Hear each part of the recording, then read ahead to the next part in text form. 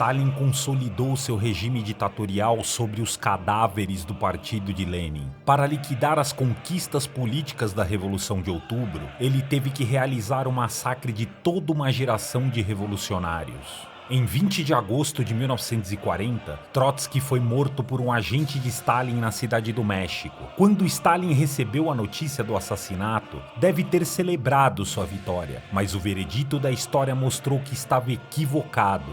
80 anos depois do assassinato de Trotsky, o nome de Stalin é mencionado em todos os lugares no mesmo sentido em que se menciona o nome de Hitler, como um criminoso e um assassino em massa, que arrastou a bandeira imaculada de outubro através de um mar imundo de lama e sangue. Em meio às traições mais terríveis, derrotas e desmoralização, Trotsky levantou uma bandeira limpa, defendeu as genuínas tradições do leninismo, de outubro e do partido bolchevique. Qual o legado que deixa esse grande revolucionário àqueles que dedicam sua vida ao socialismo? Afinal, por que Stalin mandou matar Leon Trotsky?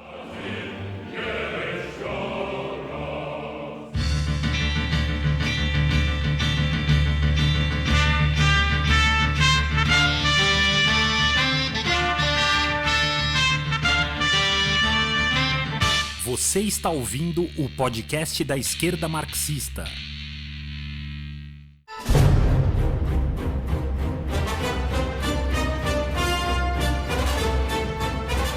Saudações, camaradas! Meu nome é André Mainardi e está no ar a partir de agora o 18º episódio do podcast da esquerda marxista, seção brasileira da Corrente Marxista Internacional.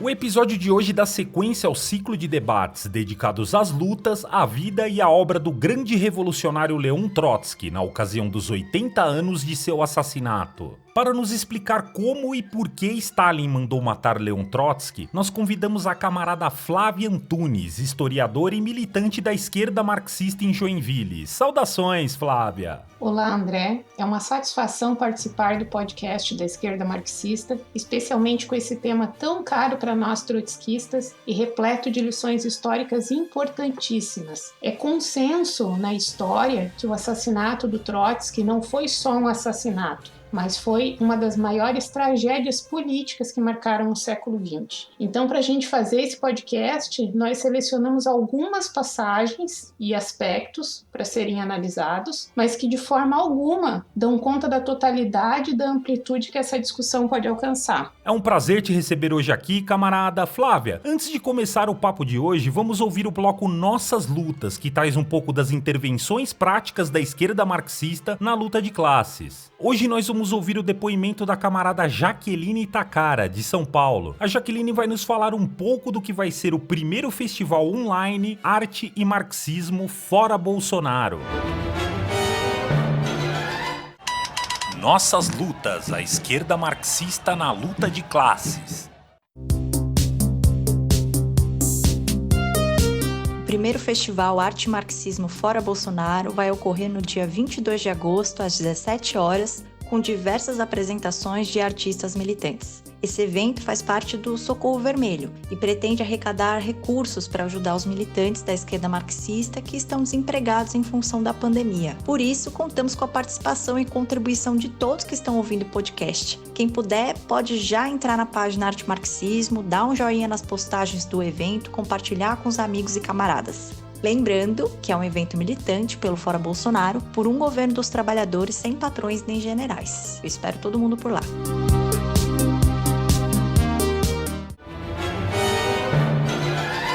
Retomando aqui, Flávia, no início de 1923, Trotsky lançou a Plataforma da Oposição, baseada na defesa dos princípios leninistas da democracia operária e do internacionalismo proletário. Que princípios eram esses e qual foi o papel da oposição de esquerda na União Soviética e fora dela? Então, a oposição de esquerda, ela surge de um combate contra a linha econômica do partido para o Estado soviético e contra o processo de restrições à democracia interna do partido.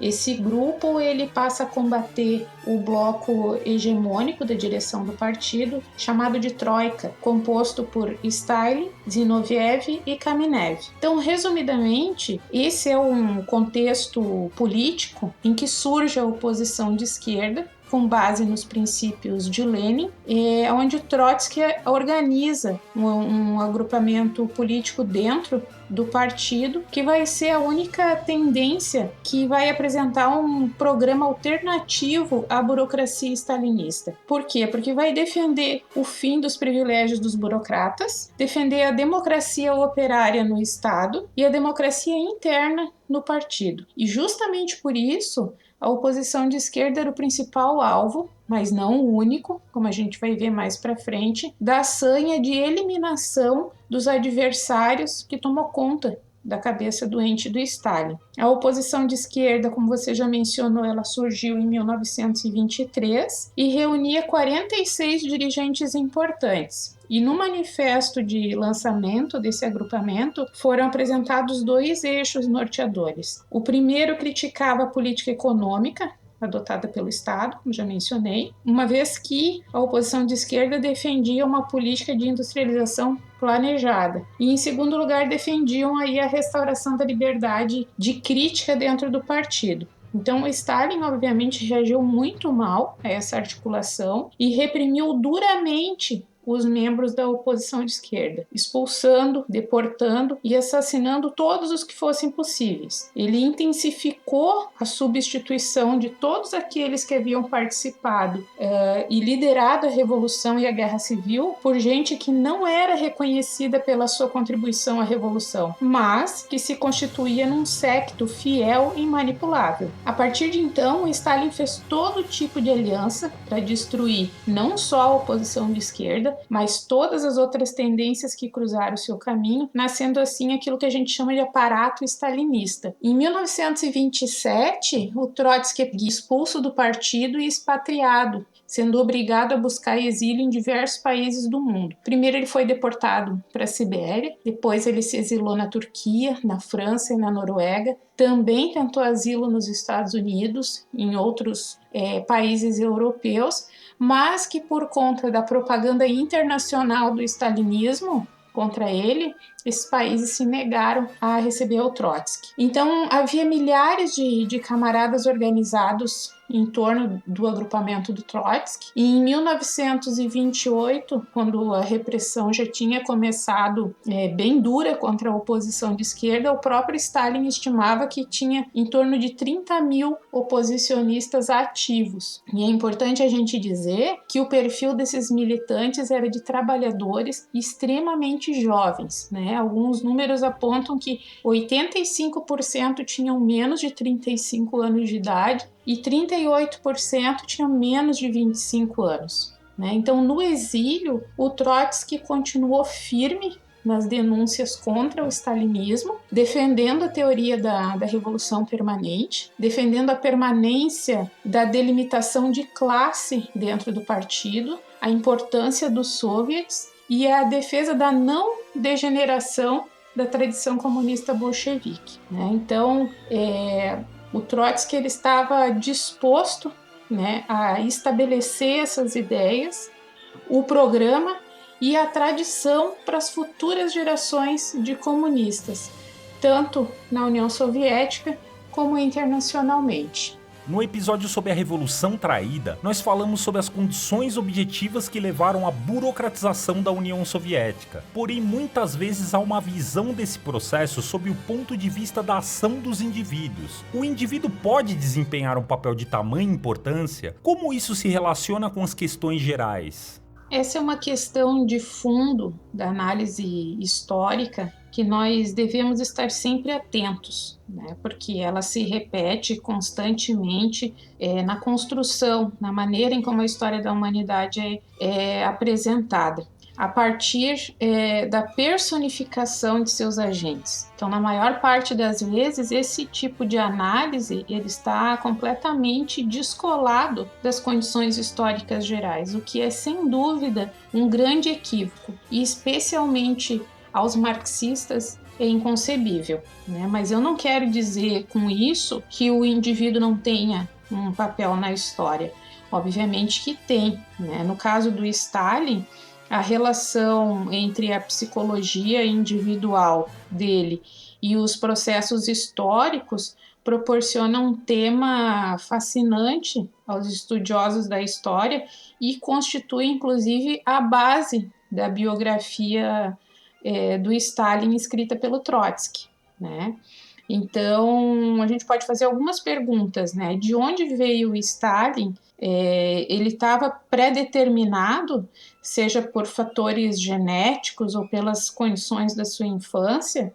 Então, há algumas circunstâncias na vida anterior do Stalin que são minuciosamente analisadas pelo Trotsky na biografia, que sugerem certas tendências a essa sede de vingança, a inveja e essa crueldade, né?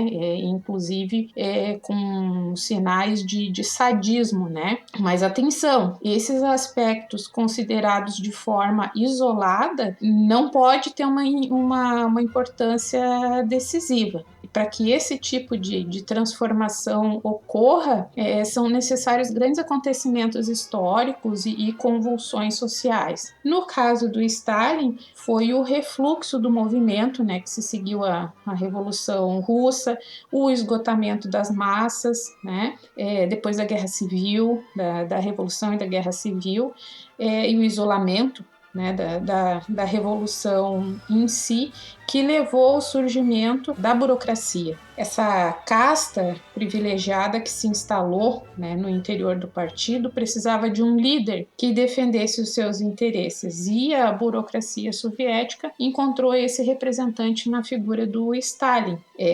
O Stalin era um completo medíocre em termos intelectuais, né? O que nos faz questionar que esse não era nem de longe o homem mais preparado para assumir a direção do partido, né? Então, de todo modo, se de um lado o processo histórico somente pode se expressar através da ação de homens e de mulheres, reduzir os grandes acontecimentos às personalidades individuais é extremamente superficial. Então, de modo que é falso a gente dizer que a personalidade do Stalin determinou o destino da União Soviética, né? Para essa análise é preciso um método científico que dê conta das contradições expostas na sociedade. E para os marxistas, esse método, essa lupa, é o materialismo histórico. Camarada, você citou o livro Stalin, escrito por Trotsky, e que não pôde ser concluído porque o autor da biografia foi assassinado a mando do biografado. Você pode nos resumir a história da produção desse livro? Bom, André, o Stalin foi o último livro importante do Trotsky, né, sobre o qual ele trabalhou nos anos finais da sua vida. O desejo real do Trotsky era escrever uma biografia sobre o Lenin, que inclusive ele já tinha finalizado a primeira parte em 1934, mas em 15 de fevereiro de 38, um dia antes do assassinato do filho dele, Leon Sedov, em Paris, ele foi abordado pelos editores da Harper & Brothers, que ofereceram a ele uma quantia de $5.000 para escrever uma biografia sobre Stalin. O Trotsky estava profundamente chocado com a perda do filho e não deu muita atenção e não se interessou pela oferta do editor. Só que, pressionado pelas questões financeiras, ele acabou aceitando a proposta. É importante a gente dizer também que, por meio da espionagem, o Stalin recebia diariamente relatos e os textos e os escritos do Trotsky antes mesmo deles serem publicados, né? E isso incluía a biografia que o Trotsky estava escrevendo. Obviamente que a essas alturas esses escritos eles deviam incendiar essa obstinação doente do Stalin pela cabeça do Trotsky, né? Enquanto o Trotsky trabalhava no livro, o manuscrito de cada capítulo, originalmente ditado em russo, era traduzido para o inglês por Charles Mulamud. Após o assassinato do Trotsky, os manuscritos inacabados, sob a orientação da editora, eles foram todos entregues ao Mulamud, não somente para tradução, mas também para editar a obra para publicação. A partir daí, o Mulamud, que já não gozava da confiança do Trotsky por situações anteriores, ele passa a intervir literalmente nos escritos originais e faz alterações grosseiras e distorções históricas deliberadas nos manuscritos, né? Enfim, essa edição, com as distorções que claramente contradiziam a linha política do Trotsky, foi finalizada. Mas isso sob os protestos da companheira do Trotsky, Natália Sedova, e do neto, o Esteban Volkov, né? Então, só em 1946 o livro foi finalmente lançado. Isso depois de algumas tentativas e recuos desse lançamento, porque haviam muitos interesses políticos e econômicos envolvidos nessa obra. Passados mais de 70 anos, os escritos do Trotsky chegaram às mãos de um dos editores ingleses desse projeto mais recente, o Rob Swell, que vai a Harvard e toma contato com esse riquíssimo conjunto da coleção documental do Trotsky, especialmente que se refere aos arquivos do livro sobre Stalin, né? E haviam muitas caixas, recortes de jornal, vários materiais que foram traduzidos para o inglês, mas não foram utilizados na edição final do livro, né? Incluindo rascunhos originais. E esses manuscritos revelavam o método detalhista e rigoroso da escrita do Trotsky, né? Junto ao material escrito à mão se encontrava uma cópia datilografada com vários sublinhados, né, em lápis vermelho. Várias adições também estavam coladas no texto, né? E havia inúmeras linhas escritas pelo Trotsky mudando a ordem das frases, né? E aí denunciando o método meticuloso dele de atenção aos detalhes. Então, o grande trabalho dos novos editores consistiu em restaurar ao máximo possível o texto original, né, removendo as intromissões e as omissões políticas do Malamute, e esse foi um dos trabalhos mais complicados, né? Então, quando finalmente esse trabalho foi publicado, em 2016, foi possível compreender na prática a vontade da viúva do Trotsky, a Natália Sedova, de exorcizar do texto todos os traços das interferências do Malamute. Então, a história da construção dessa biografia por si só, ela renderia um outro livro, né? De forma que é fundamental a gente conhecer e estudar essa obra para entender que a crítica que o Trotsky faz ao Stalin e ao stalinismo é, por direito próprio, uma obra clássica do marxismo. É sabido que Stalin não perseguiu e matou apenas seus opositores, mas membros da própria burocracia morreram nos gulags ou foram fuzilados. Como isso aconteceu? Pode nos dar alguns exemplos? Então, André, esse período do terror stalinista também ficou conhecido como o Grande Expurgo e vem acompanhado dos famosos processos de Moscou. O objetivo primeiro do Stalin era eliminar o partido de Lenin, e para isso ele forjou o julgamento dos principais líderes da Revolução de Outubro. Essa ação ela se deu mais ou menos entre 1934 e 1937, onde foram julgados e executados, por exemplo, Zinoviev, Kamenev, Piatakov e muitos outros acusados em geral de traição. As confissões elas eram arrancadas sob todo tipo de tortura. E não eram raros também os fuzilamentos em massa. E inúmeros familiares desses dirigentes também foram executados. Os registros que se referem ao terror stalinista contam que o Stalin eliminou tanto a primeira quanto a segunda geração de revolucionários, né? Então, como eu já havia mencionado antes, muitos jovens, além da velha guarda bolchevique, foram executados, né? E, inclusive, membros da própria burocracia, foi o que você questionou. Então, conta-se que dos 139 membros do Comitê Central do partido, 98 foram executados. E antigos apoiadores stalinistas como Bukharin, Rykov e Tomsky, também caíram em desgraça. Em 1934, dos 1966 delegados do 17º Congresso do PC, 1.108 foram executados, além de outros milhares do Exército Vermelho. Então, a Polícia Secreta, a chamada NKVD, executou nesse período mais de 800 mil pessoas. Isso tirando desse cálculo os que morreram nos campos de concentração e que não há registro.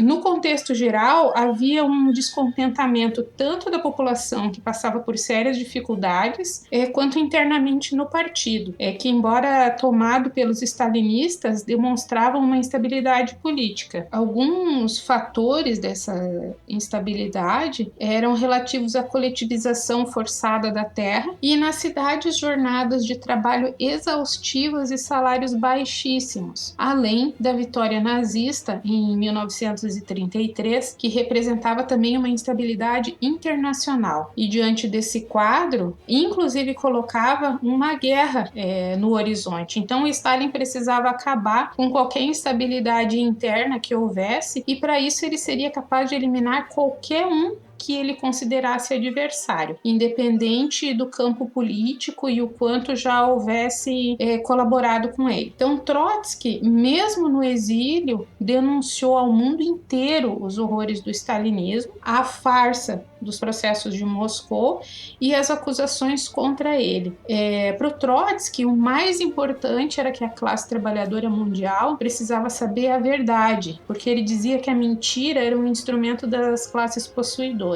Então, uma das acusações contra ele dão conta de que ele era um agente infiltrado de Hitler e também um agente dos japoneses, né? Acusações essas que ele rebateu uma a uma publicamente. Então, as novas gerações precisavam conhecer, na época do Trotsky, assim como precisam conhecer até hoje, os crimes do stalinismo contra a Revolução. Da mesma forma, precisavam e precisam entender que não existe uma relação entre stalinismo, marxismo e comunismo. O stalinismo foi essencialmente contra-revolucionário e fez a cama da restauração do capitalismo, principalmente aniquilando a organização independente do proletariado. Flávio, afinal, por que Stalin mandou matar Trotsky?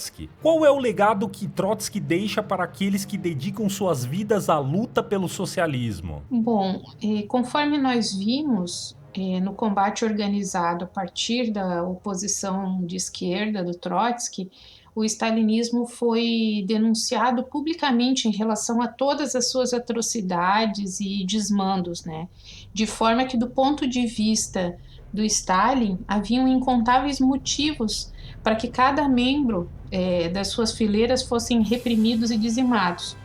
Inclusive, de acordo com Pierre Brouet, essa perseguição implacável só pode ser comparada às sofridas pelos primeiros cristãos nas mãos do Império Romano. E, além disso, muitos bolcheviques se recusaram a capitular e mantiveram fidelidade total aos seus princípios. Existem relatos de que eles organizaram greves de fome contra os seus algozes e só foram silenciados pelos pelotões de fuzilamento. E quando eles marchavam para a morte, eles cantavam a Internacional. Então, na verdade, para o Stalin, enquanto Trotsky permanecesse vivo, não haveria descanso. E essa não era só uma questão de ódio pessoal, como a gente também já viu.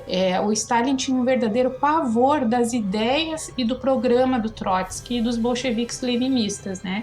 E que esse programa ganhasse eco na classe trabalhadora soviética. E, sinceramente, esse não era um medo infundado, né? Exatamente pelas condições de vida das pessoas na Rússia naquele momento. O terror do Stalin era tanto que ele encampou uma escola de falsificação histórica, que é a prática mais crua da desonestidade intelectual, ou seja, é a distorção, a negação dos fatos e a invenção de mentiras históricas, né? Então, em nome dessa sanha desenfreada de eliminação do trotskismo, o stalinismo literalmente apagou a imagem do Trotsky de todos os registros escritos e fotográficos, mas evidentemente que isso não foi suficiente para apagar a obra e o legado político dele.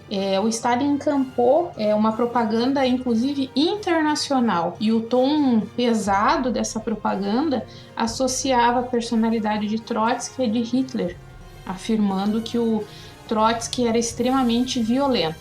Mas obviamente que mais tarde, a própria história vai dar conta exatamente do contrário, relacionando diretamente a figura do Stalin, a figura do Hitler, Então, todos os livros e materiais escritos em que o Trotsky aparecia como líder revolucionário foram eliminados, E esse gesto, ele tinha embutido em si um recado muito objetivo para os demais membros do partido, que é de que não falassem mais sobre determinados temas e determinadas pessoas, porque isso poderia garantir uma punição não só individual, mas para a família, de quem continuasse mencionando esses fatos históricos, Então, nesse momento, o assassinato do Trotsky foi o ponto alto dos processos de Moscou, e foi encomendado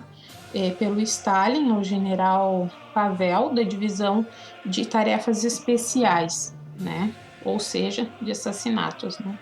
Pavel montou uma equipe que contava com assassinos de trotskistas, anarquistas e militantes do Partido Operário da divisão marxista, e entre esses assassinos estavam a Caridad Mercader, que era a mãe do assassino do Trotsky. Depois de ter passado por vários países, o Trotsky e a Natália foram para o México em janeiro de 1937. E em 24 de maio de 1940, o general Pavel organizou o primeiro atentado. Então, nessa ocasião, a casa foi invadida e foram disparados 240 tiros, Mas esse atentado falhou porque a companheira do Trotsky, a Natália, acabou empurrando o Trotsky para o chão e ele acabou saindo ileso, Mesmo com todo esse clima de tensão no ar no México, o Trotsky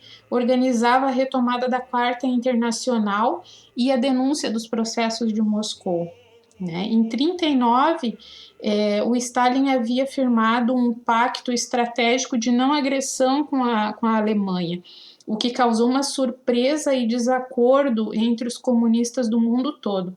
Então, diante desse movimento, o Trotsky chamou todos os comunistas para que enterrassem suas diferenças para rechaçar esse pacto germano-soviético.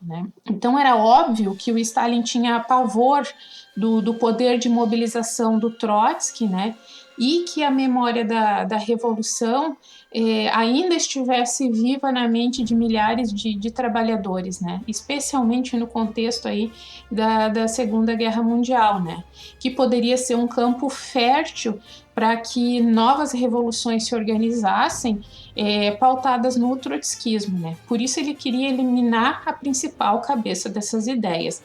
Então, a partir daí, o Stalin vai optar pelo assassino infiltrado. E aí entra a figura do Ramon Mercader, que era um agente da NKVD, que era o Serviço Secreto Soviético de Repressão e Espionagem, que depois acabou se tornando a KGB, E ao contrário do que se mencionou na época, o assassino não se tratava de um militante que havia matado o Trotsky por desilusões com o trotskismo, mas ele era realmente um agente infiltrado com essa tarefa, O Ramon, ele entrou na casa do Trotsky com um nome falso de Jacques Mornard, E ele já havia ganhado a confiança dos seguranças da casa, assim como do próprio Trotsky e de uma secretária do Trotsky também. Então, com o pretexto de apresentar um artigo para o Trotsky, ele entrou no seu gabinete e desferiu um golpe, com um tipo de picareta na cabeça do Trotsky. O Trotsky ainda gritou, lutou com o assassino, mas não resistiu aos ferimentos, falecendo em 21 de agosto de 1940, né, na Cidade do México. É preciso muito mais que uma picareta para matar o coração das ideias revolucionárias. O Stalin conseguiu eliminar o seu mais encarniçado rival, mas nem toda a falsificação histórica deu conta de escamotear quem foram os parteiros da Revolução de Outubro e quem foi o seu coveiro. Então, se de um lado nós temos um rastro de sangue deixado por Stalin, do outro, nós temos a esperança no futuro socialista da humanidade, embasada numa potente teoria revolucionária. Obrigado pela sua presença aqui hoje, Flávia. Considerações finais? Sobre as considerações finais, eu acho importante dizer que o Trotsky empunhava as armas que ele melhor sabia manejar, que eram as palavras. Ele trazia força revolucionária, ele animava as massas e, além disso, denunciou a revolução traída, defendendo a classe operária até o fim, sem capitular. E isso foi intolerável para o Stalin. Outro fator é que a teoria da revolução permanente, que foi pavimentada pelo materialismo dialético, foi o que ofereceu uma visão completa do que seria a revolução proletária e proporcionou para muitos revolucionários a compreensão da complexidade da emancipação humana. Antes de morrer, o Trotsky disse: "Digam aos nossos amigos que eu estou seguro da vitória da Quarta Internacional." E ainda no seu testamento, escrito em fevereiro de 1940, a gente pode ler a seguinte passagem: "Posso ver a larga faixa de verde sob o muro. Sobre ele, o claro céu azul, e por todos os lados a luz solar.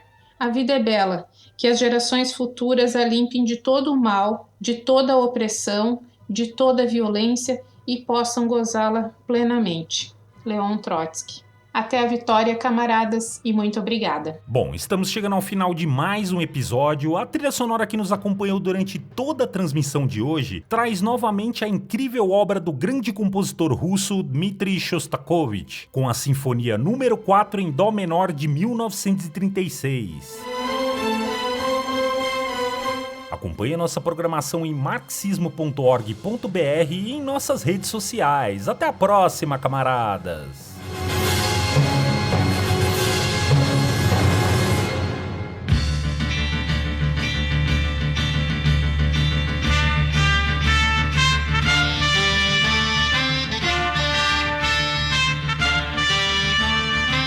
Você ouviu o podcast da Esquerda Marxista.